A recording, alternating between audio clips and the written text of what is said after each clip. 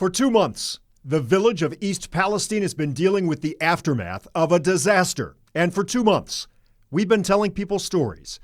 From the night the train derailed February 3rd to a controlled release of chemicals 3 days later.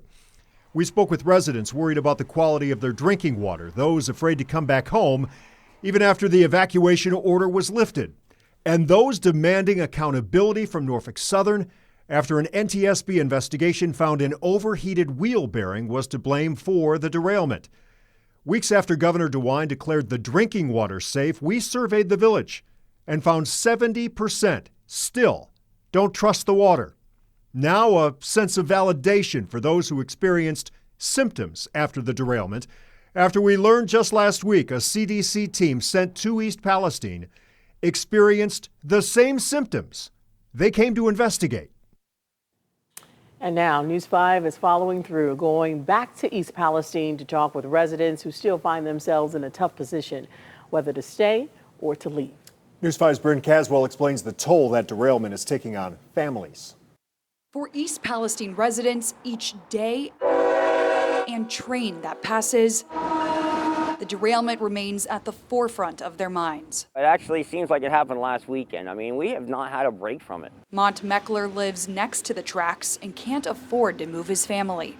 So he bought this camper in case he needs to up and leave again. I don't have much. I worked hard for what I have, and look, I want to keep it. Shelby Walker and her family have been living in hotels since the derailment happened 900 feet away from her home. It's been a mess. We have been kind of looking for places to temporarily rent, but it's hard to find something when you have such a big family and you have pets. Walker doesn't know how much longer she can afford hotel hopping, even with Norfolk Southern's reimbursements. It is very expensive. There's times that we do have to use money out of our own pocket. Sometimes those gift cards for $1,000 does not cover a week's stay. East Palestine Superintendent Chris Neifer says 11 families have pulled their kids out of the district since the derailment. Over 100 students in the district are currently choosing online learning. So they're not feeling comfortable being here physically, but are still a part of our Bulldog family and still getting their education through us. For now, Walker's kids still attend East Palestine schools and participate in online classes when their hotel is too far away. But she wants out. I don't want to be here in East Palestine. If I could take my school district with me, I absolutely would.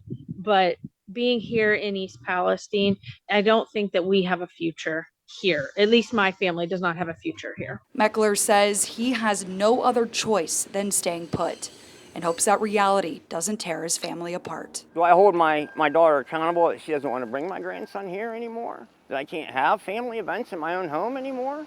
Who's going to pay for that? How much is that worth? In East Palestine, Bryn Caswell, News 5. And also today, Ohio Senators J.D. Vance and Sherrod Brown called on the National Institute of Health to mobilize resources to help communities in Ohio and Pennsylvania investigate the short-term and long-term health impacts of that Norfolk Southern train derailment in East Palestine. Now, in that letter, written along with Pennsylvania Senators Brown and Vance, cite concerns raised by the residents about their exposure to those chemicals.